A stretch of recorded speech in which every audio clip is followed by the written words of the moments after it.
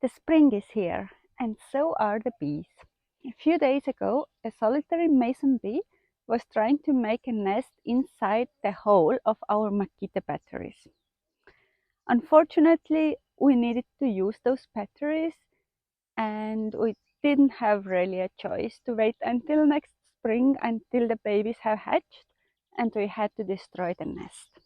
No, I think the idea is that there is that they leave this as a food for the babies. Cleaning pollen out of the battery. I don't know, can I put it here? Look. Wow, good. Oh.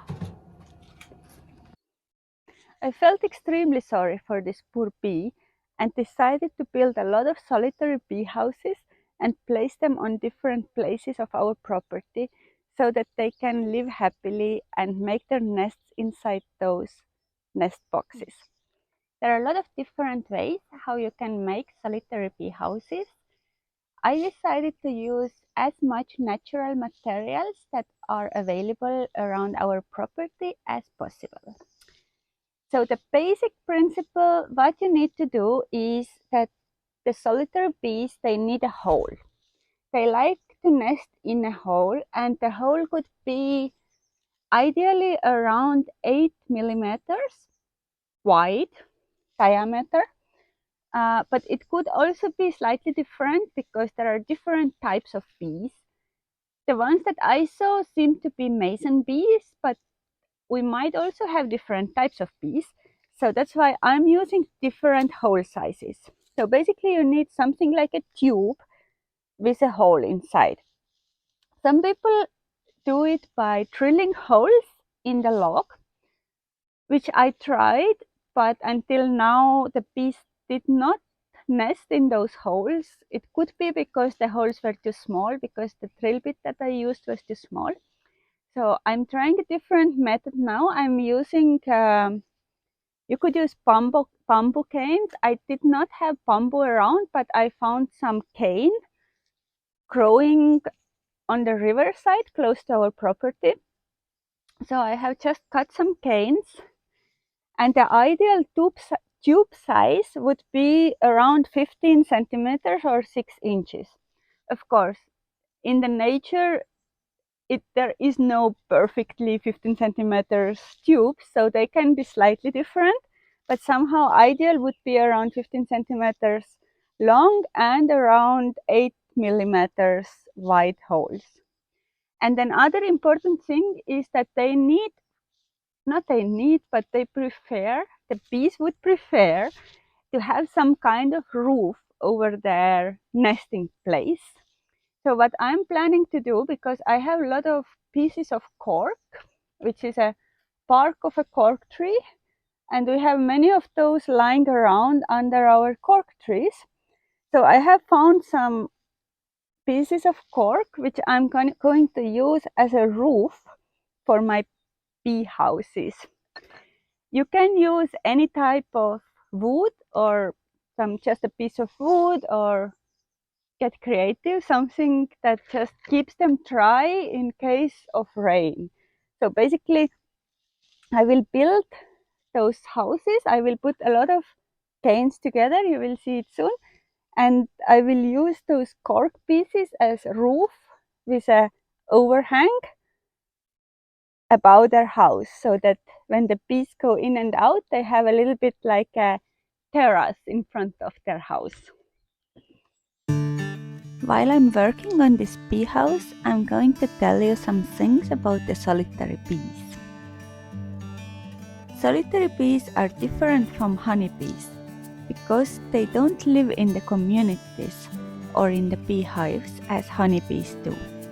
They live alone, and because they don't have a hive to protect, they are generally never aggressive to people. Solitary bees are extremely efficient pollinators.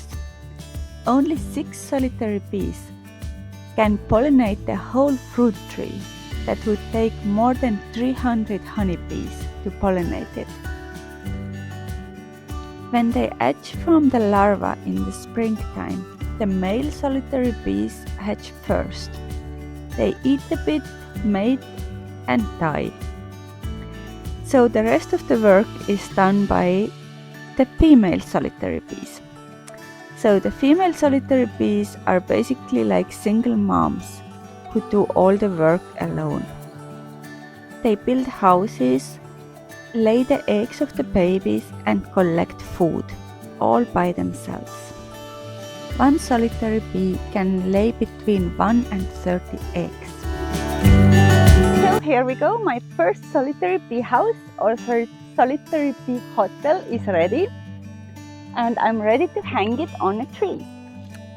So here you can see we have those little holes where the bees can go in and make their nest. And here is the roof with an overhang so that the bees can go in and see in the dry place when they are going in and out. Somehow they seem to prefer it. Now I will install it on a tree in such a way that the opening of the house will be east facing, because the bees like when the sun hits their house in the morning so they can get warm quicker.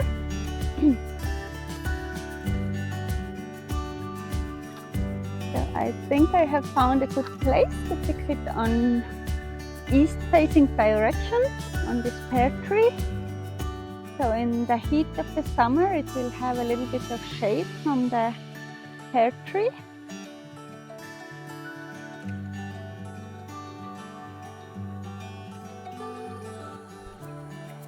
So the first solitary bee house is installed and waiting for the happy bees to move in. If you want to know how it continues, if the bees will actually move in and how they like this house, you will have to subscribe to my channel so that you will get notified when I post the next video, where I will give you updates about the solitary bee life.